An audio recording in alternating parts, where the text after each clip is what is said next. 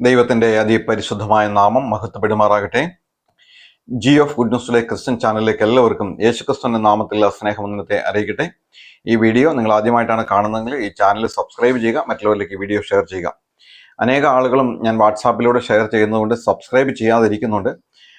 എനിക്ക് സമയത്തിന്റെ പരിമിതികൾ ഉള്ളതുകൊണ്ട് ഇനി വാട്സാപ്പിലൂടെയുള്ള ഷെയറിങ് എന്തായാലും അത് സാധിക്കില്ല. അത് യൂട്യൂബ് ചാനൽ നിങ്ങൾ സബ്സ്ക്രൈബ് ചെയ്ത് തന്നെ കാണാനായിട്ട് സാധിക്കുകയുള്ളൂ. ഇങ്ങനെ പറയുമ്പോൾ ഒരു അഹങ്കാരത്തോടെ പറയുകയാണെന്നൊന്നും ആരും വിചാരിക്കേണ്ട. ഇഷ്ടം പോലെ ആത്മീക ശുശ്രൂഷകൾ നടന്ന ചാനലുകൾ ധാരാളമായിട്ടുണ്ട്.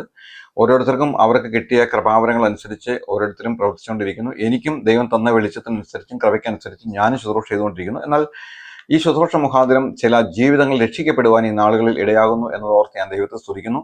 എന്നെ സംബന്ധിച്ചിടത്തോളം അത് ഏറ്റവും ഭാഗ്യകരമായ ഒരു കാര്യമാണ്. കാരണം രക്ഷയെക്കുറിച്ചുള്ള സന്ദേശങ്ങൾ അറിയിക്കുമ്പോഴായിരിക്കില്ല, ദൈവവചനത്തിലുള്ള ഏതെങ്കിലും ഒരു ഭാഗം പറയുമ്പോഴായിരിക്കും ഒരു പക്ഷേ ഒരു കോൾ വരുന്നതും അവരുമായിട്ട് സംസാരിച്ച് ദൈവവചനത്തിന്റെ ആദ്യമേ ദൈവത്തിന്റെ രാജ്യവും നീതി അന്വേഷിക്കുക എന്നുള്ള വചനം അവർക്ക് പറഞ്ഞു കൊടുത്ത് അവരെ രക്ഷയിലേക്ക് നടത്തുകയും അവർ രക്ഷിക്കപ്പെടുന്നത് കാണുമ്പോൾ ഭയങ്കര സന്തോഷം, ആശ്വാസമൊക്കെ ഉണ്ട്. കാരണം എന്താ വെച്ചാൽ ഒരു മനുഷ്യന്റെ ആത്മാവ് അത് ഭൂലോകത്തേക്കാൾ വിലയേറിയതാണ്. ഒരു പാപി മാനസാന്തരപ്പെട്ട് രക്ഷിക്കപ്പെട്ട് കഴിയുമ്പോൾ ഈ ശുശ്രൂഷ മുഖാന്തരം എനിക്ക് വലിയ സന്തോഷം തോന്നുന്നുണ്ട്. സ്വർഗത്തിൽ ദൈവത്തിന്റെ ദൂതന്മാർ സന്തോഷിക്കുന്നു, യേശുക്രിസ്തു സന്തോഷിക്കുന്നു, എനിക്കും സന്തോഷം ഉണ്ടാകുന്നു. അതൊക്കെ ഓർത്ത് ദൈവത്തെ സ്തുതിക്കുന്നു. ഇന്ന് നാം ചിന്തിക്കാൻ പോകുന്ന ദൈവത്തിന്റെ വചനം 2 ദിനവൃത്താന്ത പുസ്തകം 32-ാം അധ്യായത്തിന്റെ 7-ാമത്തെ വാക്യമാണ്. ഉറപ്പും ധൈര്യവും ഉള്ളവനായിരിക്കുവിൻ, അശൂർ രാജാവിനെയും അവനോട് കൂടെയുള്ള സകല പുരുഷാരത്തെയും ഭയപ്പെടരുത്, നിങ്ങൾ ഭ്രമിക്കരുത്. അവനോട് കൂടെയുള്ളതിലും വലിയൊരുവൻ നമ്മോട് കൂടെയുണ്ട്. അവനോട് കൂടെ മാംസഭുജമേ ഉള്ളൂ, നമ്മോട് കൂടെയോ നമ്മെ സഹായിക്കുവാനും നമ്മുടെ യുദ്ധങ്ങൾ നടത്തുവാനും നമ്മുടെ ദൈവമായ കർത്താവ് ഉണ്ട് എന്ന് പറഞ്ഞു.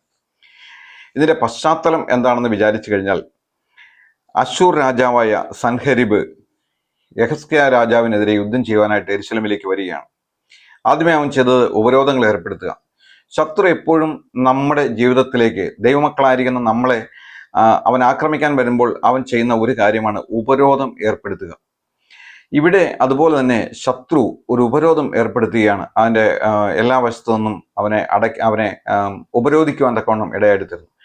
അപ്പോൾ അവിടെ ഉണ്ടായിരുന്ന വിശ്വസ്തനായിട്ട് പ്രവർത്തിച്ചിരുന്ന യെഹിസ്കിയാ രാജാവ് അവര് ജനങ്ങളെല്ലാം കൂട്ടി, പ്രഭുക്കന്മാരെല്ലാം കൂട്ടി തങ്ങളുടെ രാജ്യത്തുള്ള ആ ഇഷ്ടംപോലെയുള്ള സമൃദ്ധിയായുള്ള ജലത്തിന്റെ ഒഴുക്കുകളെല്ലാം തടഞ്ഞു. എന്തിനാണ് ഇത്രയും വെള്ളം അവർ കാണുന്നത്? അത് കണ്ടിട്ട് അവർക്ക് അസൂയും അഹങ്കാരമൊന്നും ഉണ്ടാകേണ്ട. അവരാദ്യം വെള്ളത്തിന്റെ ഒഴുക്കെല്ലാം തടഞ്ഞു, കോട്ടകളുടെ ഇടിവുകളെല്ലാം പൂർത്തീകരിച്ചു.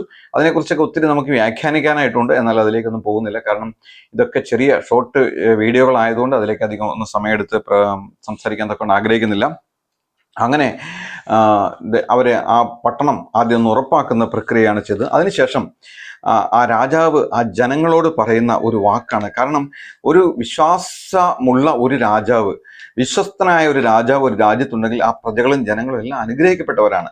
അവരെല്ലാം വിളിച്ചുകൂട്ടി, പടനായകന്മാരെയും തങ്ങളുടെ നേതാക്കന്മാരെല്ലാം, പ്രഭുക്കന്മാരെല്ലാം വിളിച്ചുകൂട്ടിയിട്ട് അദ്ദേഹം പറയുന്ന വാക്കാണ്, ഉറപ്പും ധൈര്യവും ഉള്ളവനായിരിക്കുവിൻ, അശൂർ രാജാവിനെയും അവനോട് കൂടെയുള്ള സകല പുരുഷാരത്തെയും ഭയപ്പെടരുത്. ഒരു വലിയ സൈന്യമാണ് ഇവർക്കെതിരെ വന്നു നിൽക്കുന്നത്. ചെറിയൊരു കൂട്ടമൊന്നുമില്ല, ഒരു വലിയ സൈന്യമാണ് വന്നു നിൽക്കുന്നത്.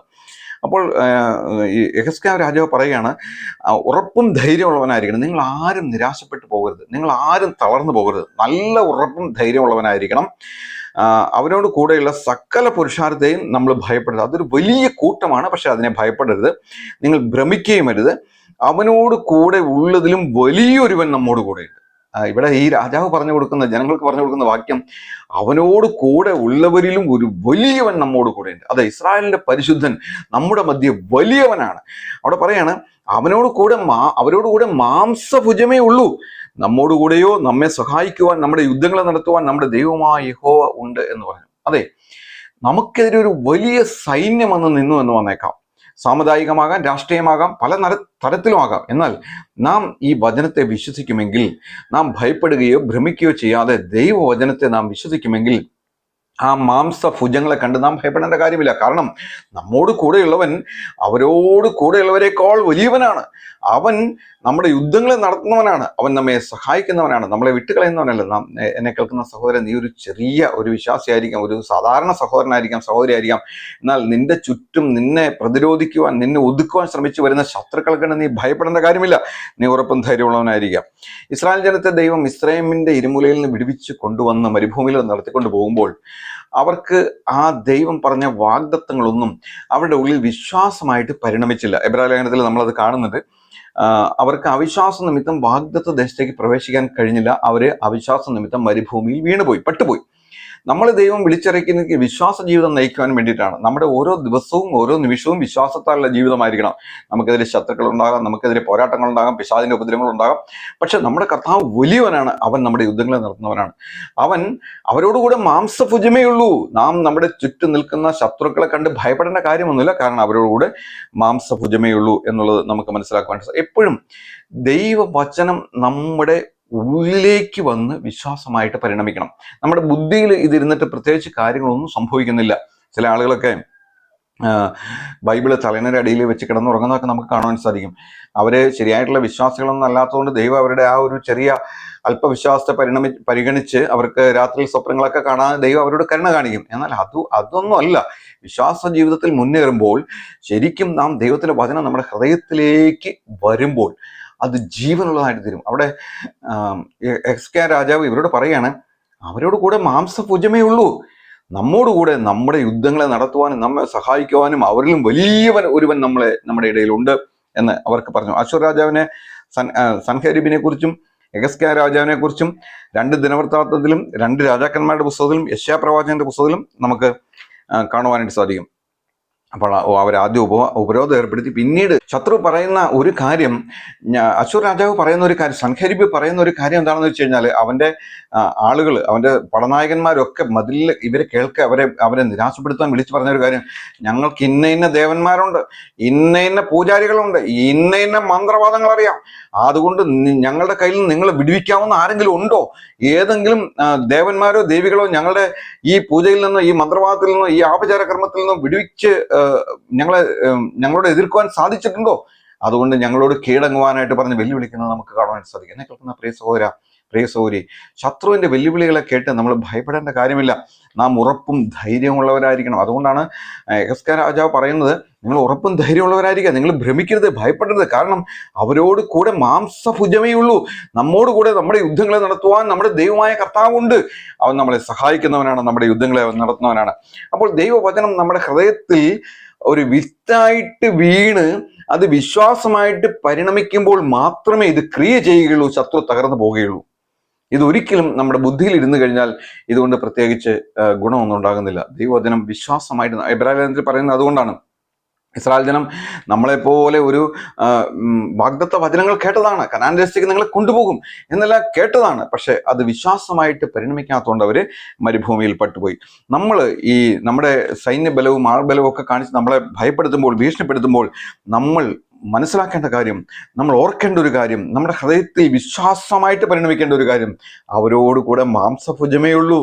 നമ്മോടുകൂടെ നമ്മുടെ യുദ്ധങ്ങളെ നടത്തുവാൻ, നമ്മളെ സഹായിക്കുവാൻ ഒരു ദൈവമുണ്ട്.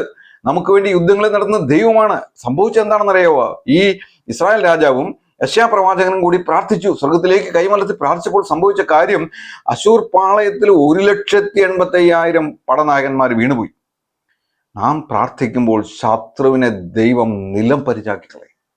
തന്നെയല്ല, ഈ യുദ്ധത്തിന് വന്ന ഈ നേതാവ്, ഈ അശൂർ രാജാവ് സ്വന്തം മക്കളാൽ കൊല്ലപ്പെടുകയും ചെയ്യുന്നത് നമുക്ക് കാണുവാൻ സാധിക്കും.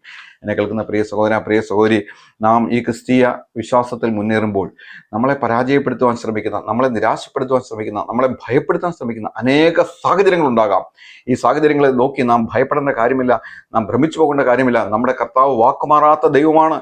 അവൻ ഈ ലോകത്തുള്ളവനേക്കാൾ വലിയവനാണ് നമ്മുടെ ഉള്ളിലിരിക്കുന്നത്. മഹത്വത്തിന്റെ പ്രത്യാശയായ ക്രിസ്തു നമ്മുടെ ഉള്ളിലിരിക്കുന്നുണ്ട്. അതുകൊണ്ട് നമുക്ക് ധൈര്യപ്പെടാം. നാം സമുദായത്തെ കണ്ടോ, സാഹചര്യങ്ങളെ കണ്ടോ, സൈന്യ ബലത്തെ കണ്ടോ, മാനുഷിക ബലത്തെ കണ്ടോ ഭയപ്പെടേണ്ട കാര്യമില്ല. കാരണം അവരോട് കൂടെ മാംസഭുജമേ ഉള്ളൂ. നമ്മോടുകൂടെ നമ്മെ സഹായിക്കുവാനും നമ്മുടെ യുദ്ധങ്ങളെ നടത്തുവാനും ദൈവമായ കർത്താവുണ്ട്. അതുകൊണ്ട് അവനിൽ തന്നെ പൂർണ്ണമായിട്ടും വിശ്വസിക്കുക, അവനിൽ തന്നെ ആശ്രയിക്കുക. വചനങ്ങൾ വിശ്വാസമായിട്ട് ഉള്ളിലേക്ക് ക്രിയ ചെയ്ത് അതിന്റെ ശക്തി പുറപ്പെടുവാൻ തക്കവണ്ണം നമുക്ക് ദൈവങ്ങൾ നമ്മെ തന്നെ ഏൽപ്പിക്കാം. കർത്താവിന്റെ വലിയ നാമം ഇന്നും എന്നേക്കും വാഴ്ത്തപ്പെടുമാറാകട്ടെ. നമുക്ക് പ്രാർത്ഥിക്കാം. നല്ല സ്വർഗീയ നല്ല പിതാവായ ദൈവമേ, ഈ അനുഗ്രഹീതമായ നല്ല ദിവസമായിട്ട് അങ്ങേ സ്തുതിക്കുന്നു കർത്താവേ. നിന്റെ വചനം ഇരുവായത്തിലുള്ള ഏത് വാളിനേക്കാളും മൂർച്ചയേറിയതും പ്രാണനെയും ആത്മാവിനെയും സന്ധിവഞ്ചകളെയും വേറൊടിക്കും വരെ തുളച്ചെല്ലുന്ന വചനമായതുകൊണ്ട് സ്തോത്രം. അത് പാറയെ തകർക്കുന്ന ചുറ്റിക പോലെ ഇരിക്കുന്ന വചനമായതുകൊണ്ട് സ്തോത്രം കർത്താവേ. ദൈവമേ, ഞങ്ങളുടെ ഹൃദയകാഠിന്യങ്ങളെല്ലാം തകർത്ത് അത് ഞങ്ങളുടെ ഉള്ളിൽ ജീവനായിട്ട് പരിണമിക്കുവാൻ തക്കണം കർത്താവ് ഞങ്ങളെ സഹായിക്കണമെന്ന് പ്രാർത്ഥിക്കുന്നു. ആ വചനം മുഴങ്ങിച്ചെന്ന് ശത്രുവിന്റെ കോട്ടകളെ തകർത്ത് തെരിപ്പണമാക്കുവാൻ തക്കണം ദൈവത്തിന്റെ പരിശുദ്ധാത്മാവ് ഞങ്ങളോട് കൂടെ ഇരുന്ന് പ്രവർത്തിക്കുമാറാകണമെന്ന് നിങ്ങളോട് പ്രാർത്ഥിക്കുന്നു. വചനം കേട്ട മക്കളൊക്കെ നീ അനുഗ്രഹിക്കണമേ കർത്താവേ. ഹല്ലേലൂയ, സ്തോത്രം കർത്താവേ. അതുപോലെ തന്നെ സബ്സ്ക്രൈബ് ചെയ്തിരിക്കുന്ന ഓരോരുത്തർക്കായിട്ടും പ്രാർത്ഥിക്കുന്നു കർത്താവ്. അവരൊക്കെ കർത്താവ് സഹായിക്കുക, അനുഗ്രഹിക്കുക, അവരുടെ ആവശ്യങ്ങളിൽ കൂടെ ഇരുന്നവരെ വഴി നടത്തുകയും ചെയ്യുമാറാണെന്ന് പ്രാർത്ഥിക്കുന്നു. അവിടെ അങ്ങനെ എല്ലാം ചെയ്യാൻ പോകുന്നതിനായിട്ട് സ്തോത്രം. മഹത്വം എടുത്തായിട്ട് എല്ലാ അടിയങ്ങൾക്ക് വേണ്ടി ജീവൻ വെച്ച രക്ഷിതാവും കർത്താവുമായി യേശു ക്രിസ്തുവിന്റെ പരിശുദ്ധമായ നാമത്തിൽ തന്നെ ആമേൻ.